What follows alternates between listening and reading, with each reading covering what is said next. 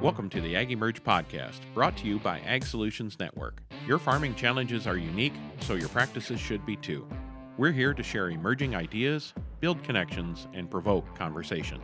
Get ready to improve your soil, your crops, your livestock, and your family's livelihood. I'm your producer, Kim Chase. And I'm your host, Monte. Thanks for joining us.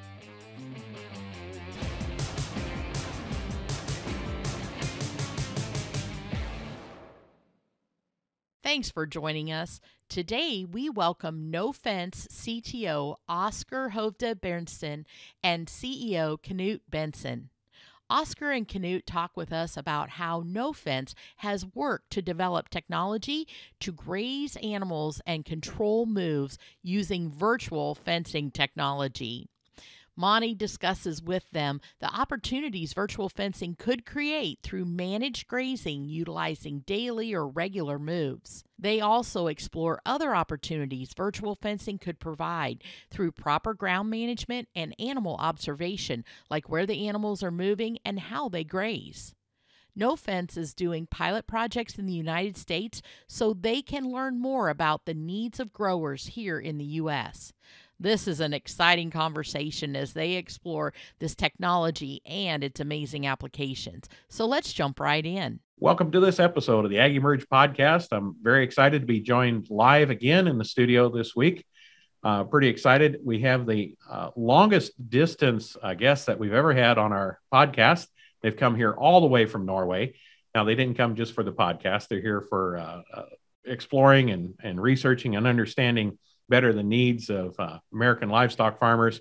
But I'd like to welcome Oscar and Knut from Nofence from Norway. Welcome.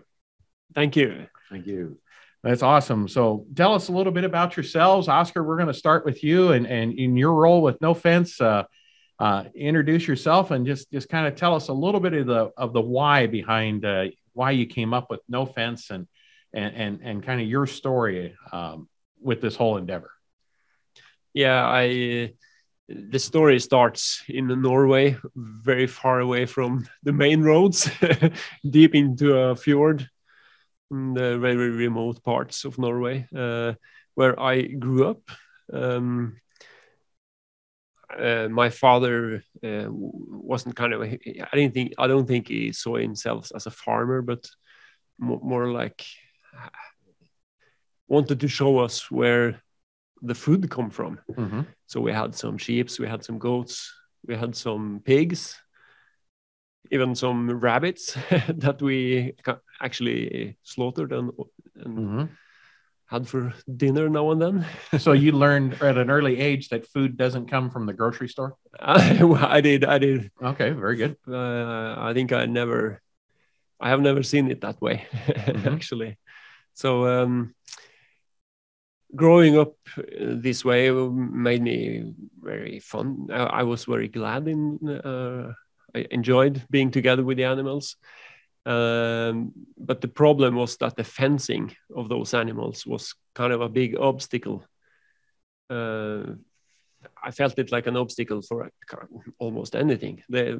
Both for me being together with the animals and for the animals being where the best pasture is available. So I felt it very labor intensive and not very fun to work with those fences. So I started to think, what if the future is having livestock without fencing? That would be amazing. Mm-hmm. So, some years later, becoming an engineer and understanding a bit of technology, and that GPS was actually something that was enabling this original idea. Mm-hmm. It felt like I cannot not try mm-hmm. the idea. Uh-huh. So I started developing, and it was time consuming. Mm-hmm. Absolutely. Then I bought my own farm, and I bought my own goats, and it became a company. And as of today, it feels like the reason for having this reason for doing this technology is that resource utilization is done best the way nature intended, with the cattle, sheep, and goats actually on pasture, harvesting their own food.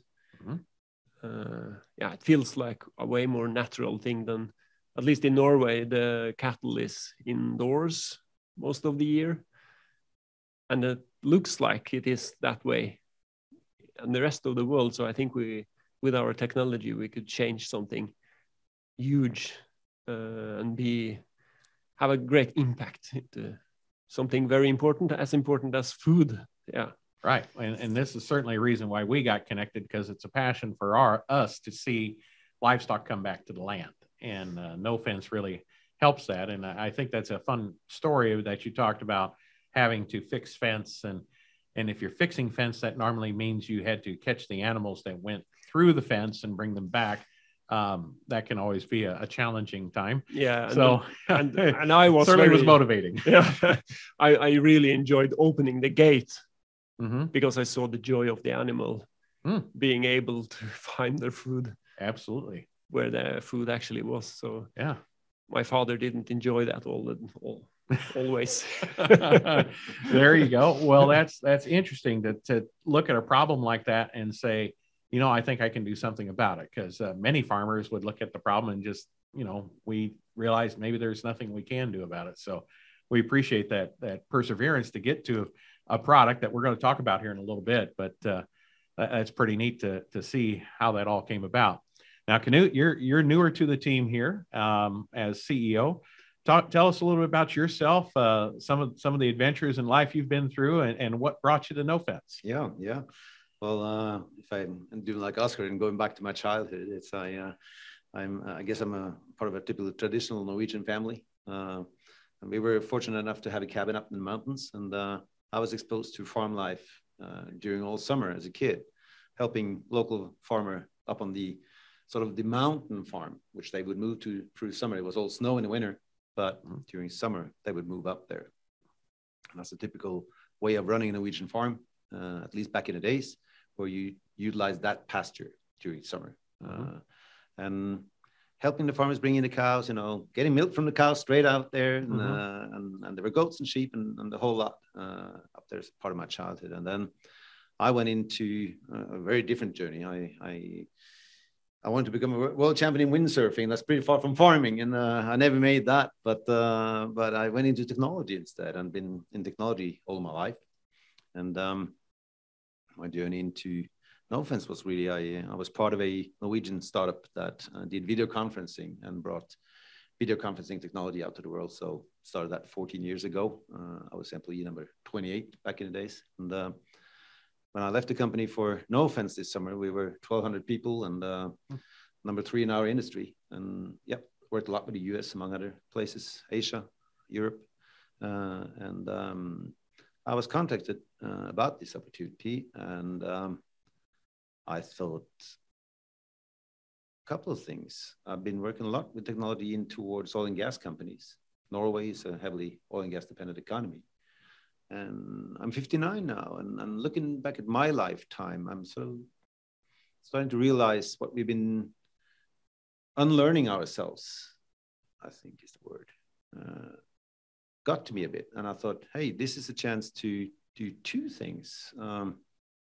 Help lead a super exciting technology startup or scale up out internationally.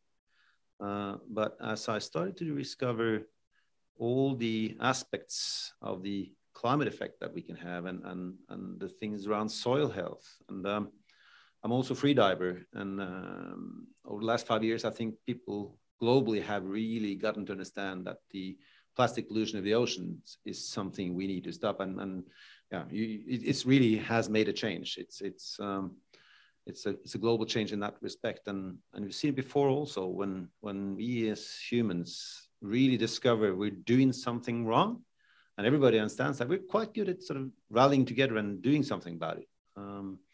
The ozone layer was like maybe the first global task we managed to do together, and close that hole and forbid this substances, that fluorocarbon that went into the atmosphere and destroyed the ozone. And I think when I saw that aspect, in addition to the technology part, yeah, there's no way I'm not doing this. So that's my sort of journey into Nofence. And I have to say also the people and the philosophy behind this product, where there's people who have a real heart for what they do and want to make a difference in this world. That appealed to me. So here I am. Haven't regretted a second since I joined. So yeah. Well, that's fantastic. And, it's interesting to hear, both your background and kind of what brought you here. And, Oscar, you kind of skipped over it real quick, but how long has that time taken from when you first started looking at how can we take GPS combined with, connectivity technology and make this? When did that begin, the initial and to get to where we are today? How long has that journey been? It was, I think the journey has been longer than it should have been almost. But I think also, when something's brand new, that's the way it is. But I think also at the time from when I started kind of really trying to make a product out of it is around 2007, I would guess. And the company was founded in 2011. I was the only employee until 2014, 15, I think. And the strange thing we did at the time was that the first employee I hired was a customer success or support person. The natural thing would be to hire a software engineer or someone that could help develop the product. But in our philosophy, it was very important to develop the product together with our pilot customers at the time. We knew that we hadn't made a product that was good enough. So we knew that the pilot customers would not be happy. They would run into trouble. And then it was important for us that they were able to speak their frustration to the company. So the first person we hired was there to receive a lot of complaints. Well, sure. You got something brand new. It isn't going to work perfectly out the gate. That's just the nature of it. Then that's the nature of it. And then we understood quite a lot of what is the pain points for the customers. And I think that was a good idea because we are now seen in Norway. We have 2,500 customers as of today that is using the product.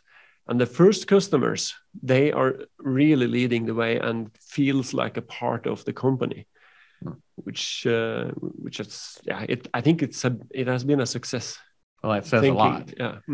So I find it interesting, when I first discovered Nofence and talked to, your team probably 4 or 5 years ago, I believe. We met your team in San Francisco, and I found it interesting. You had a product, and the primary development was with goats.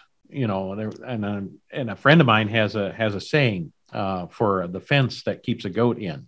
He says it's a fence that will hold air. So like an air tank, so I found it interesting that it was working for goats. And then plus Norway's not flat like Kansas, I hear. There's some mountains, so there's the topography to deal with, there's forest to deal with. So it's really the worst case scenario to develop the product under, with the cagiest animal, with forest that can cause GPS interference or cellular communication interference, topography, which can do the GPS and the cellular. So, when I saw it and it was working under those conditions with farmers who were happy with it, that really turned it on for me to understand it. So, and Knut, you were saying, Oscar mentioned 2,500 customers or farmers using the product now. How many animals are we keeping in with fenceless technology? It's around 25,000, 30,000. Yeah. And you were even sharing with me that there's some farmers that don't even have perimeter fences. They have that much trust in the system. Actually, that is the normal. That is the normal. That is the normal. Yeah. Wow. So okay. I hope anybody listening, any ranchers listening to this right now, don't drive off the road into the ditch when they heard that. Okay. Yeah. But it's maybe also, and I don't want to sort of. There's one rule we have in Nofence. We don't oversell, right? So we are extremely conscious to create good user experiences. So right. if you've got cattle next to a highway, we would have a perimeter fence for sure. Right. Definitely. Makes sense. It's just safety. It is safety, yeah. Right. But we worked, Nofence, of course, I have to say, before me, really has made this technology work. And I think even more impressive than the amount of animals and farmers is we got over 150 million hours of operations on animal. And that gives us data, and it gives us insight to animal behavior. And we know this works. So I think if you're looking now at the US market, there might be cases where you would say that it would make sense to put up, for instance, for managed grazing, to put up a perimeter fence, but then all the internal fencing, that is done through Nofence. And it's taken, I believe, so much of that workload off the farmer that we hope it will be an enabler for farmers, that they can start looking into practices which they maybe have thought of, but thought to work intensive to go ahead with. And we're also hoping that we can enable our solution with insight and help, so that, because it's labor intensive and it's knowledge intensive. And we think if we can do something, we can leverage both those two areas. And that is our hope, that can make a lot more farmers think that this is a viable path to go. And we've seen it in so many different client stories. I went to the UK because we've got quite a few clients now starting to use this also in the UK. And one of them, he was a farmer, 50 years old. He was farming for a landowner. And that landowner said, you got to run a regenerative, otherwise there's no farming for me. So he did. And he started to see goods coming in, concentrates and pesticides. All the stuff that he used to buy is declining, and his profits, they're going up. And he was a bit of a laugh at the pub because his farm didn't look like this beautiful line, homogeneous type of landscape. It opened up for biodiversity. And in the beginning, he was a bit of a laugh at the pub. But now he's buying rounds for the other people at the pub. And right? he's not so much of a laugh anymore. They enjoy it. Yeah, they do. But it was quite interesting to hear also his sort of emotional approach on that. And he really felt he was doing something good. He was actually a bit embarrassed being a 50-year-old man. But he said, I have to admit, I learned so much about farming from people that wanted to sell me stuff. And I realize we're also selling stuff, so don't get me wrong. But maybe there is something there, that we've gotten into a system that sort of self-reinforces itself with subsidies and large corps and everything that sort of drives us in that direction. And I mentioned the ocean earlier on, and I think that we're going to see something similar, and you guys are part of that. You're leading the way on that. We're going to see something similar, I think, on topsoil. UN has said that there's 60 more harvests if we continue overusing soil the way we do. That's not sustainable. And I think the whole world is starting to understand that we got one planet here, and we need to take care of it. And I'm nothing wrong said about tree huggers. I mean, it's good that people love trees. It's good that people are vegetarians. It's good that people want insects, but there's going to be livestock and there's going to be food production. And if we can make that more sustainable and we can take care of our soil and rebuild that, and I have to say also visiting you guys and seeing what you do here, it fills me with so much inspiration and hope, because we can do something about it, and to see the type of results you can get in such a short time. I'm much more worried about the ocean.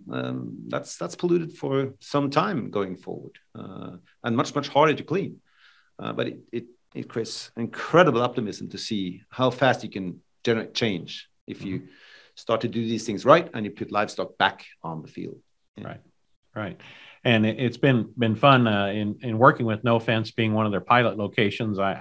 We were able to work out a collar on one of our cow in our herd, and it's been fun to be able to see where she moves through the paddock and how it works and those kind of things. But let's back up just a step and talk a little bit about how does the Nofence technology work? Okay, so there's a collar that we hang on the cow, and it's shaped like a cowbell, right? And it would blend in like a cowbell if you were to look at it. I'll let you get into the specifics, but from what I've seen, there's solar panels on the side of it. It charges a rechargeable battery inside of it. And the chains along her neck are designed not only for durability, but should she misbehave and not listen to the audio cues, she's told politely with electric shock, like they would with a polywire, low impedance fence, the same type of correction to stop going where she's going. But okay, so how I can see it on my phone, but how does all this work, Oscar? How did you marry GPS, cellular technology, solar panels, rechargeable batteries, and pulse, and you got a lot of things going on in there. How does it work? Yeah, it's like you said, it's a collar with a GPS receiver and an audio signal and an electric pulse that and I would. The success of the invention is that the animals understands very quickly how to avoid this pulse, because the collar emits this sound that the animals understand how to react upon, and the farmer. A lot of farmers kind of feels that this is probably difficult to operate. So we have made an app for the cell phone, and that is mainly a map where the customers can draw the perimeter as a polygon, and then transfer that polygon to the collars, and then the collars operates upon in that polygon. From that on. Mm-hmm. And when the collars are moved out of the polygon, it starts beeping. It's like the sound, it's like beep, beep, beep, beep, increases mm-hmm. in pitch. And then the animals turns around and backs away from the sound, so to speak. And then the sound stops. And, no electric pulse will be given. Mm-hmm. So, yeah, but they have the reason for doing that is, of course, that they understand that if they don't back up, it will hurt a bit, and mm-hmm. yeah, it's a small pulse that they don't want to receive. Oh yeah, and then so basically you draw the area that you want the animals to be in on your phone, and then those GPS points upload to the collar. The collar remembers those points, and it's always comparing the GPS signal of where they're at to the points that are in memory, essentially. That's right. Collar. That's right. And as they approach or cross that line, it's an audio cue, and she's got a period of time, plenty of time, to turn around and move away. And there's some neat videos on the website nofence.no that you can take a look at these things. But it'll allow you the animal to return to the place in which they're supposed to be. And it just, exactly. That's that simple. That's simple. Yeah, it is that simple. So like today, when the ground is froze hard as a rock, or maybe in a couple days when we have a blizzard coming, you mean we're not out there setting poly wire for the next paddock? The only thing in the field is the cattle. Oh, you mean I don't have to? What about if it's a lightning thunderstorm and it's pouring down rain? To move the fence, what do I do? Well, you do it the same way as on my phone inside my house. Yeah. Oh, that's pretty handy. I like this already. We're taking a short break to share that the AgEmerge Podcast is brought to you by the team at Ag Solutions Network. Rooted in innovation, ASN is committed to leaving the land better than we found it, not simply maintaining it. We're here to help you navigate the balancing act of productivity and building a legacy. From practices to products, ASN is more than a new jug. It's a new way of thinking. So don't be afraid to be different. be afraid to be the same. Contact Ag Solutions Network today at asn.farm. And now back to our show. But no, I mean, it's just, there's lots of things, when you're doing managed grazing, that daily move or moving on a regular basis to make sure that the ground is grazed appropriately, not too much, not too little. It takes a lot of work to do that. And it takes a lot of time to set fence and accommodate that type of movement, that now if we can free up that activity and better record where the animals were and how they grazed within there, that frees us up to do a lot more management observation of the animals, right? Mm-hmm. So you're talking a little bit about that, animal welfare, and how you can now take time to better manage the herd versus do the work, right? It's the worker versus the leader mentality. Yeah, it gives the possibility to focus on the animals and the pasture instead of looking after the fences. Mm-hmm. Actually, it's a big difference we hear from our customers that it changes the focus. I think you guys we had a chance to spend the day together yesterday, and you're relating some of the stories, and another visit that you'd made here with a pilot in the U.S. is with a goat farmer. And we had a goat farmer who was at our farm this summer that had basically a rent-a-ruminant business. So she would go out and clean up sites and those kind of things. And we were kind of their home base that they could base out of because they just moved to the area. And I watched how they did that through our woods. I mean, Matt would go through there with a chainsaw and a machete, basically clear a path to not, cattle producers put down a single wire poly wire. They're putting out poly net, and they're going down these hills. They got to cross streams that are uneven with poly net, and they're trying to drag this through poison ivy and thistles and thorns. And I'm like, wow, that is a lot of work. It makes the cattle wire seem simple. But you were talking to the goat producer and relate a little bit just what that was like for her, that change with the ability with the collar, and how even emotional that was for her. Yeah, you said the word emotional, and that has kind of struck me a bit when I've been meeting clients.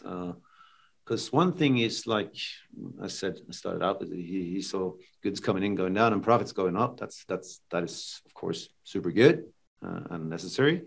But then the other part is the emotional side of this, and she this is Munch Bunch was the company they're running, so they're doing exactly that. Munch Bunch, right? Yeah, Munch Bunch. Yeah, that's a fantastic name. Yeah, Dan and Alice, and they she said that it's changed her life. She said that's the words she used, and she was quite emotional when she said that. And that is also one of the wonderful things to join this company. Like, you get to speak with people that you're actually making a difference for.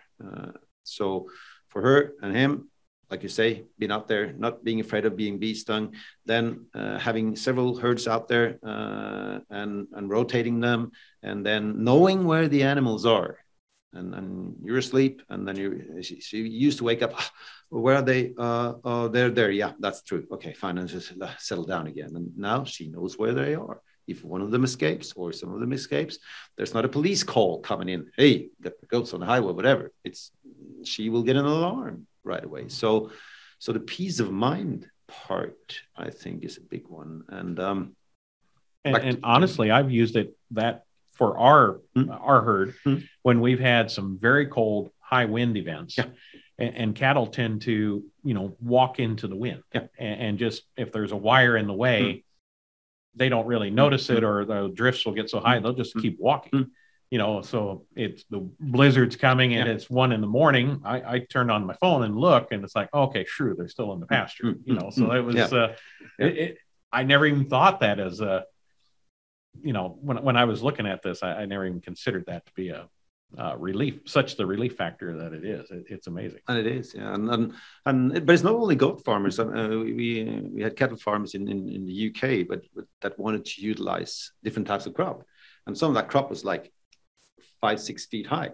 And then putting out a polyvire in that, it's getting, you need to clear it out in order to, but if you could just draw it on the app, it's so much easier. And so I think there's ways of utilizing it that you don't think about because you're so framed into the conventional fencing paradigm that you don't think about those things. And yeah, it saves time. And that was one of the other reactions that I've thought was rather wonderful to hear. One of these guys, he was also super emotional. And the reason was that he was able now to, in the weekends, for instance, go to see this cattle and manage and know where they were. And he would be able to go to the movies with his kids. And his way of thinking about this is that he was now able to do something which he could give his farm away to the next generation and know that they had one more tool to make life easier for them.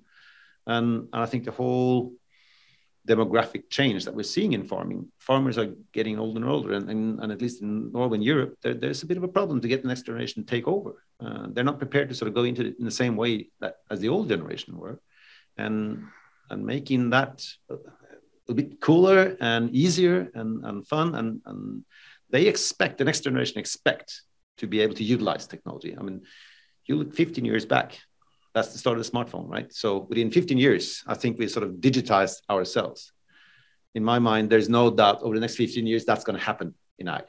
And we want to take a position in there and we think we can help make farmers' lives easier. And like you said, Oskar, getting more grazing animals, cattle, sheep, goat, out on pasture. And that is a good thing for the animal. It's a good thing for the soil. And yeah, I like to call, I've got a bit of marketing background as well. So I like to call it a taste of freedom. Right? It's a taste of freedom for the farmer. It's a taste of freedom for the animal. And you know what? I've tasted the difference between meat that's brought up properly on grass fed. And so it's a taste of freedom for the consumer too. And that's probably also going to be, I think, a big driver in this. People are going to want meat that is raised sustainably. And we think we can be an enabler in making that economically viable for people. Well, let's walk through a little bit. Yeah, there's certainly farmer lifestyle improvements, no doubt on all this. And there's certainly improvements for the animals' welfare because they're able to exhibit their behaviors more. And you mentioned it earlier, you're able to track animal behaviors now because you got 1.5 million hours or something. What are some of those things that either one of you jump in that you're seeing in the animal behavior modeling, if you will, that you're able to do with the data that you've acquired so far? What do you notice? Do you notice, like, I observe, let's say in our cow herd, there's 150 animals. I'll notice that there's 5 that tend to hang out together as friends in this group. There's 15 in another group. We've all known that there's the lead, there's the laggard. They're those kind of orders. But what else do you notice about you're actually watching? There's some that follow the fence to graze. Share some of those things that you've seen that we just didn't even really know before. Yeah. Yeah. We are very much focusing on the fencing part of the technology, but we have an accelerometer in this collar, so we know how active the animals are. And also we know where they are, longitude and latitude, and we know who and when do they get the audio signal. So when we look at the herds, there's one cow that's always testing the fence. That's always testing the fence, and one of our employees that is doing live. We could have told you that without a lot of research, but yeah, but it's interesting to see the data on it. And you see some that are much more active than others. Absolutely, put on more steps or move around the pasture more. Yeah, and we can see the difference between the animals in the herd, and we can also easily see that if it changes over time, it could mean something. So the data that we harvest is obviously opening new possibilities along the way. Just giving us a better understanding of the herd and the dynamics and how to use that. Absolutely. So I'll let you jump in also. When you hear stories about the farmers that sort of from the reports they get and from the warnings they get, like stories where they actually get warnings that animals are stuck and are able to go out and save animals. because they're not moving at all. So if one were in a creek or mud hole or something and couldn't move, it'll tell you that. Exactly. Wow. And another part which I think was to me quite mind-boggling was I told you there's about 150 million hours of operation there, and not one of the animals has not learned it. That to me is quite mind-boggling. That they all understand it. You kind of believe that, yeah, because you also hear individuals say that this one is, and yeah, there are animals that get more pulses than others, and some of them they're you're mentioning the goats. I've seen myself one of the small goats that Oscar has. She's so clever. She goes out, she gets the tone, but she's so quick getting what she wants, and she comes back in before the pulse hits her. So she was doing that on a regular basis. So this was very valuable for research and development purposes, right? Yeah. And of course, going forward, we think there's a tremendous potential for us as a tech company as well, because we're going to be able to provide, I think, third-party players with a way of positioning and communicating their data out in the field, where they used to be confined to water troughs or the farm infrastructure, but we can do all those things out in the field. So there's a huge potential there as well. So I think we all seen the beginning on that, but I also think it's important that we stay true. So we're simple Norwegians, right? We want to do what we do really, really well, and I think concentrating on that first, making that super solid. That is, hey, you guys taught us a lot with the iPhone, right? When the iPhone was launched, it was not a lot of functionality on that thing. It actually, back in the days, received a lot of criticism because it was not doing, you couldn't do MMS, you couldn't just send pictures and so forth on it, but it worked, right? And it was super easy to use. And if we can sort of replicate that type of story that, yeah, in the beginning, doesn't do too much, but what it does real well. And then we can sort of build on it step by step on that. We hope and think that that's a good strategy. So I want to, talk a little bit about what does this allow us to do? Okay. So when I look at, farmers that are doing grazing type of activities, I really, the first level farmer is someone who's doing set stock. So in other words, all animals have access to all areas of the pasture. And they've probably heard that if you move your animals on a regular basis, whether it's rotational grazing, which would imply 7 to 14 days, I'll mess up all the terms, but there's managed grazing, there's strip grazing, there's, holistic grazing, everybody's got a different word for it. But essentially, the more that you restrict the animal from grazing regrowth, the more over time the pasture can support. So a rule of thumb is if you can get to where you're doing daily moves and let grass fully recover, you can typically double the stocking rate of a pasture, right? So most people know this, but there's a reason why they're not doing it, okay? And the main reason is it's hard to do. It takes labor. So you're spending more labor to move these animals to a new area every day. And it's not sure that if the labor is available, one, or two, is the cost of that labor worth being able to double the herd, right? So that's kind of that trade-off. But isn't that really the first farmer? This gives them that opportunity to not have that labor costs of that move and be able to potentially over time double their stocking rate if it follows just like it does in most areas of the country. Is that kind of step one, the set stocker getting easily moving to a managed grazing or whatever the term we want to call it? Yeah, I think so. And when we discovered that this is the fact that you could increase the number of livestock on a certain pasture, we didn't know that was not the reason for doing this technology, but obviously it is fantastic because it is just drawing lines on the smartphone. It takes some seconds to do. So there is no more labor involved into doing rotational grazing. than set stocking if the animals are using the Nofence collars. It's actually such a fun thing, I think, for me, that comes from outside the industry, to see these huge farmer hands moving a fence on that little piece of technology. There's something so cool about it that it is intriguing. And then, so really, I mean, that's kind of the first. And most cattle are, for example, are raised that way. You know, a set stock pasture or cow-calf operation, go out and gather them up every now and then to bring them in for treatment, weaning, you know, health checks, those kind of things. But that can really improve no matter what that movement is. Restricting their access to the pasture is better for the soil health, better for animal health, better for, you know, total stocking density and everything. So the next, you know, person I see is somebody maybe like us, or somebody that's moving every 3 days or moving every day.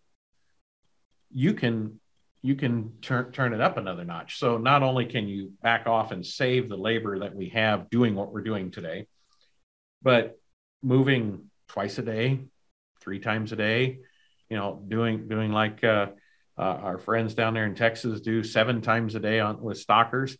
I mean, that becomes far more practical too. I mean, have you seen, talk to me about customers that you're currently working with. What has been their progression, right? Were they set stock, they went to managed grazing, and then how many have gotten to multiple moves per day?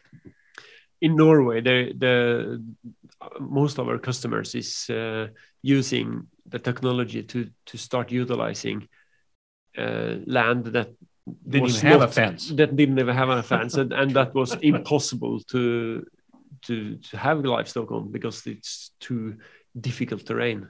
So that is what we have most experience with. So getting access to acres that you couldn't even fence before, or because of topography or rocks or trees or whatever. Now you can utilize all the rivers and the shorelines and whatever.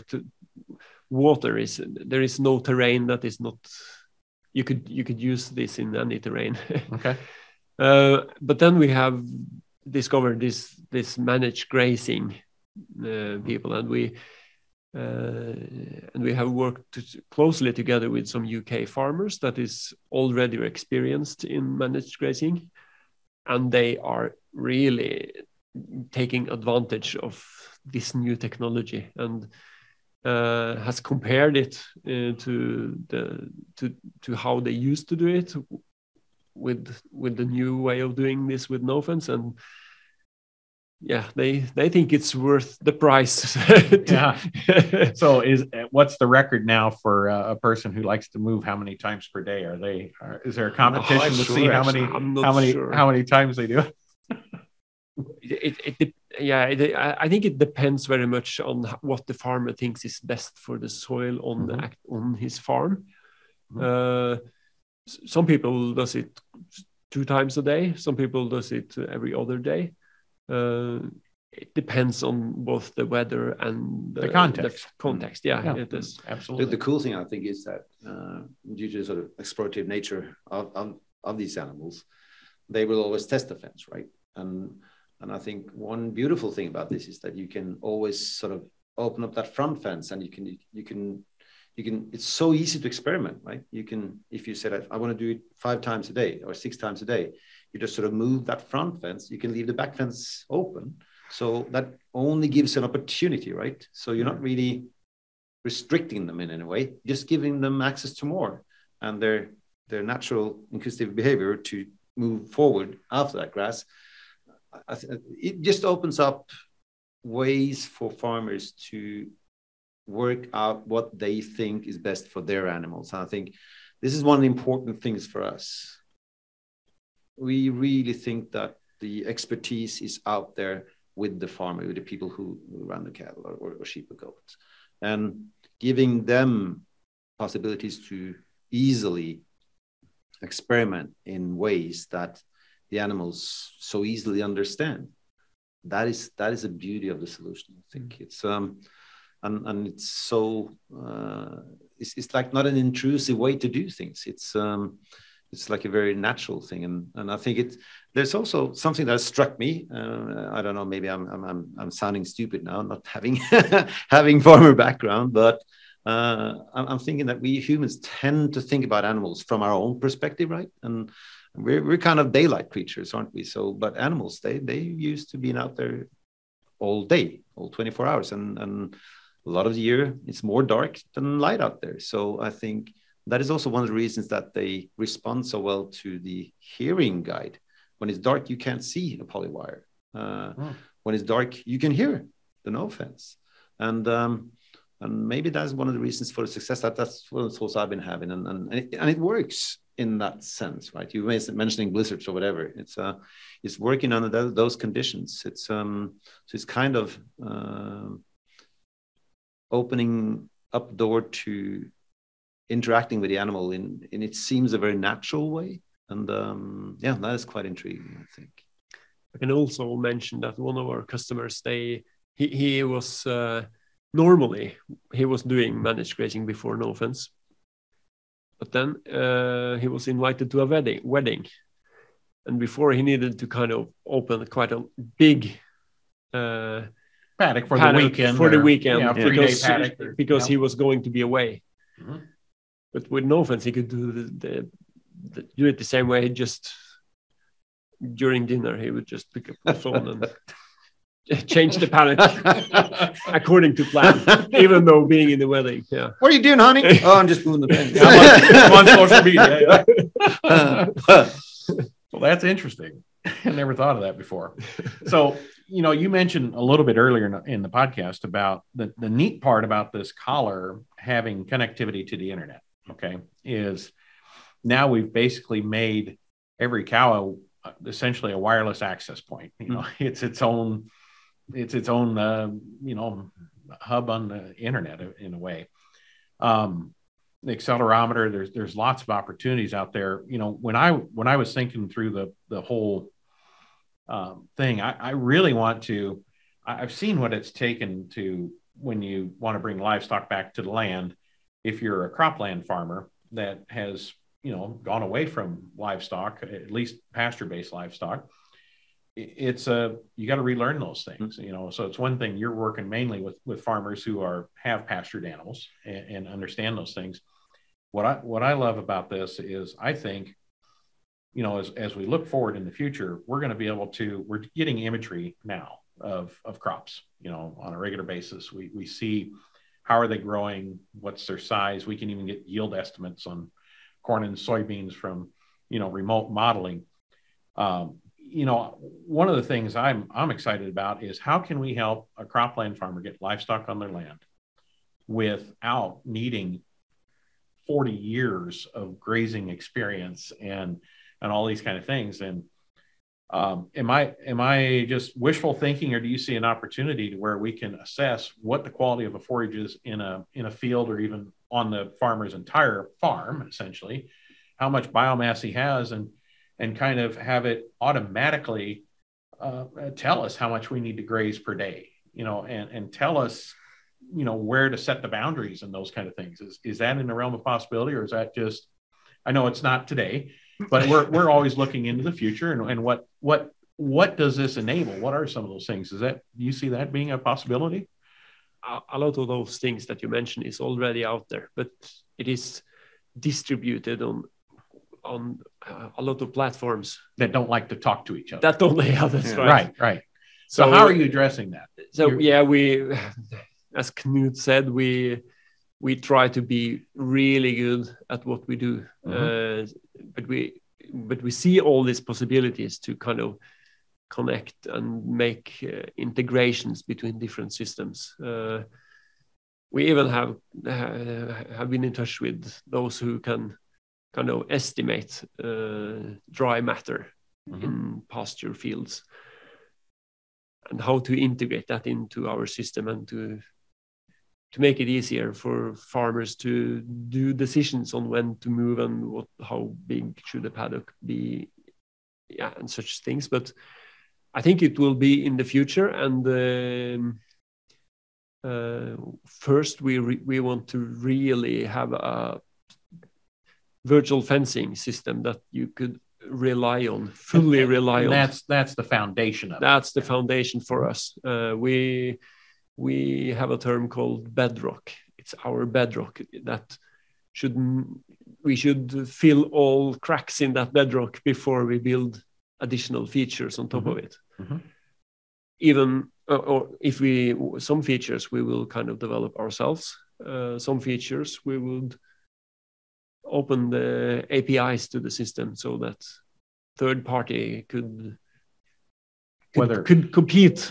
whether it be maybe record keeping on health, or whether it be maybe GIS location of animals, or those kind of things, just to make that everything plays nice together. Livestock management, whatever. It is pasture planning. It's a lot of things that you could connect into, connect things together so that the farmers can have one app, right. One app and one color. That is the. There you go. Well, I know that's forward thinking and future looking and those kind of things, but that's where I see this possibility is to go, and it's exciting because I think having this technology, first off, makes a person's life easier, and they're more likely to move it on a more regular basis in order to have better results. And then there is this potential in the future. That's just icing on the cake, as we would say. So, I think that's pretty amazing. But where do you see the future with Nofence going, Knut? And I think you're on the direction you're heading. Yeah, I think you're on the track there. So the number one thing is we want to go global with this technology, and we want to sort of make sure that we can give farmers across the world access to that plain functionality. We think there's so much value in that part. So that is the number one plan. I'm not so sure, and this is one of the fun things. We argue a lot and we discuss a lot, and then this is the way we're progressing. So, straight live on the air. I'm not so sure I'm agreeing with Oscar on one app. I think maybe there's going to be more solutions, but if we can integrate them and we can help them and create like a platform where data can be interchanged, then maybe we should let people that do specific things within pasture planning or monitoring and so forth do that, and then the farmer will have that window into it. But due to the integration with our platform, he can do that in areas where that technology was not available anymore before. So I think there's something there to really do what you do best yourself, and then be open to other platforms and let them sort of play with you. And I think it's something which is global. I think now people are understanding we need to collaborate more and more, but it's certainly in Norwegian nature that we're 5 million. It's not the breadbasket of Europe up there. And if we are to succeed globally, we need to collaborate and be open. And I was coming from the video conferencing technology and Tannenberg at the time. They were super good at having an open platform that everybody could run on, and having proprietary solutions where we sort of try to lock everyone into your solution. That's not our philosophy. We really want to try to be open. And I think this is one of the things that Oscar stands for so beautifully is that inclusive nature of his, which is really simmering out in the entire company, and being able to give space for others and work together. And there's room enough for everyone here, I think, if we do these things right. So I think, yes, the platform part is definitely going to happen. I hope it can happen in a way where we provide space and possibilities for third-party players on the animal, on farm infrastructure, and on pasture that are directly in towards livestock. And it's super important for us to not start thinking about things on pasture which doesn't have anything to do with livestock, that has to do with crop, just because we can. It's like really, really staying true to whatever revolves around those animals that we support. That I think is an extremely important thing. Hey, there's a lot of innovative heads out there, and making a platform that they can utilize and innovate on. I think that's the future. If we can then provide the bedrock, as you say. Yeah. Am I out of my line here, or do you agree, Mr. CTO? Let's discuss afterwards. Yeah. No, we are very online. So, yeah, online with each other. Absolutely. Yeah. I think right now there's a great opportunity that for those listening that have livestock want to participate. My herd's going to be fully fenceless. No fence, technology on the entire herd, but it's part of a pilot project that you've got going on right now. I really, you've mentioned it several times, but the crawl, walk, run mentality is coming through loud and clear. And you're starting with that in this local market or in the United States and Canada. You're starting with a few pilot customers. Quite a few pilots, actually. We'd like to have quite a few pilots. Yeah. Okay. And talk to us about that program. What do you hope to accomplish, and who would be an ideal person to participate in that pilot, and how do they get connected with Nofence to do that? We'd love to have a range.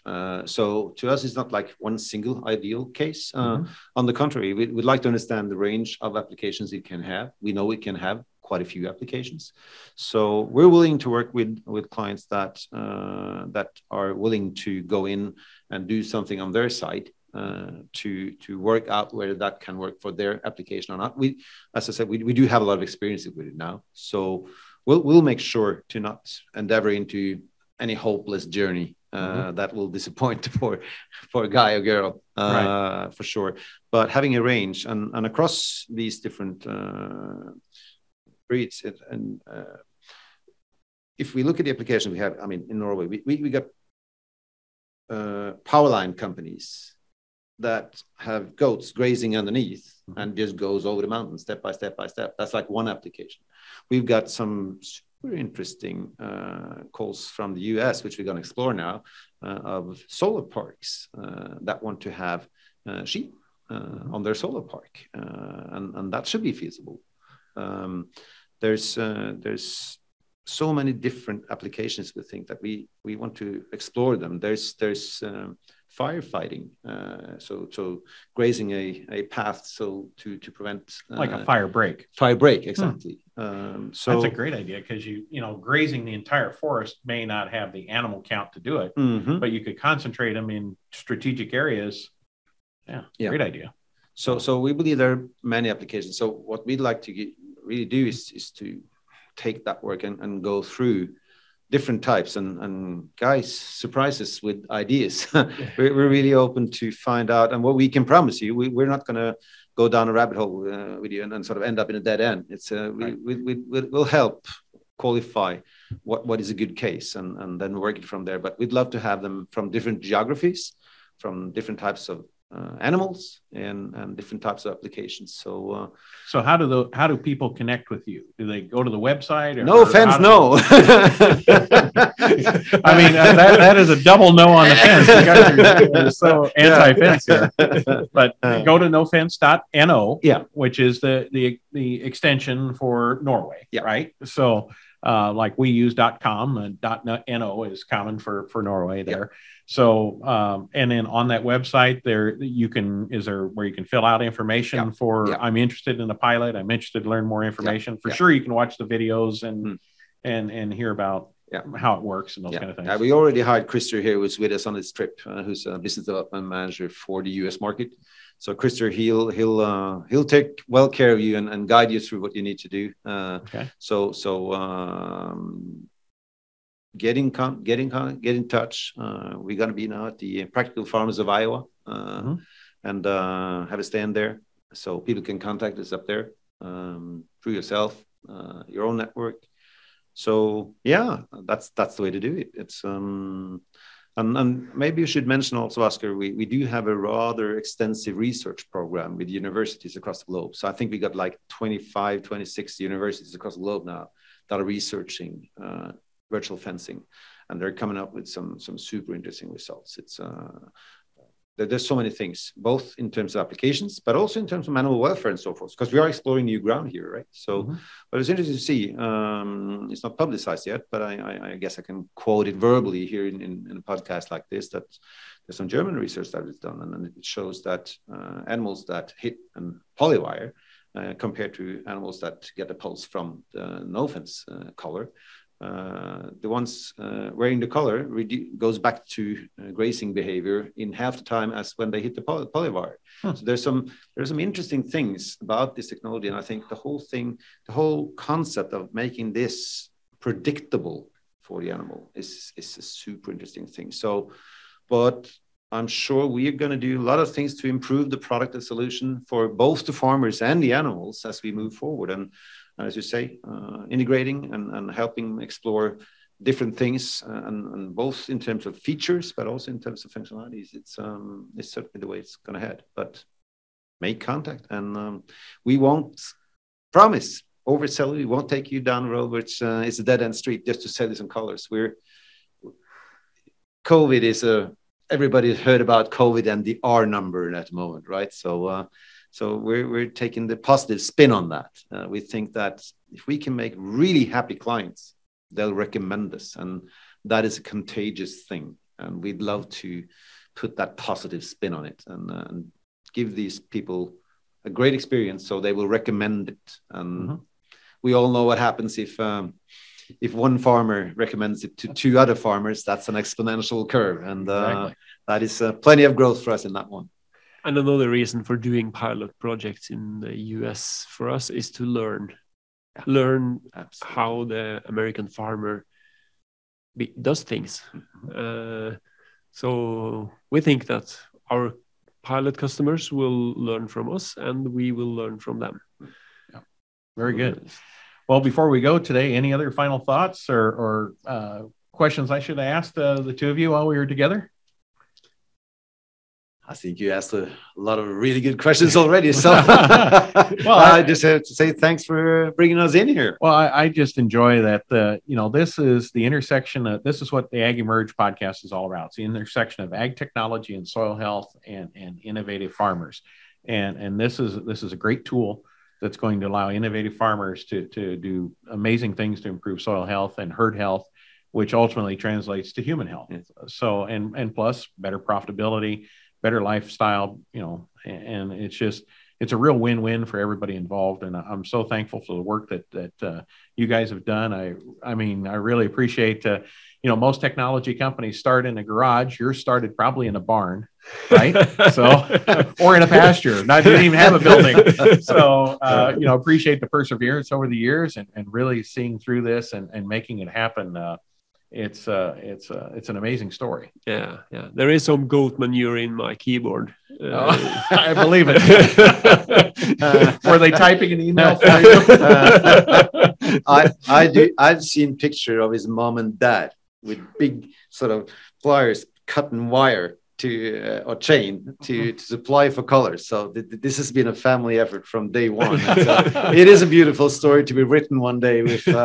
If we can make the success we hope to make, it will be a super fun anniversary, I think, at the 10 years or Very good. Yeah. Well, I'm looking forward to it. So, well, thank you both so much. It was a pleasure to have you here and to tour our farm, and I wish you a successful rest of your trip and hope that you get connected with a lot of good people here in the United States that can be advocates for you and can enjoy what this technology can do for them. So thank you so much.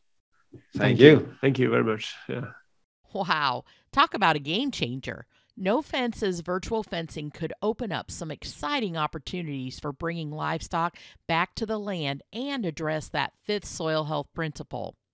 And as always, if you'd like to learn more about what we're doing to help growers implement soil health practices, check out our website at asn.farm. And there you can click on links to follow us on Facebook, Twitter, Instagram, LinkedIn, and YouTube. There's a lot of great things happening and always something to learn. Thanks for listening.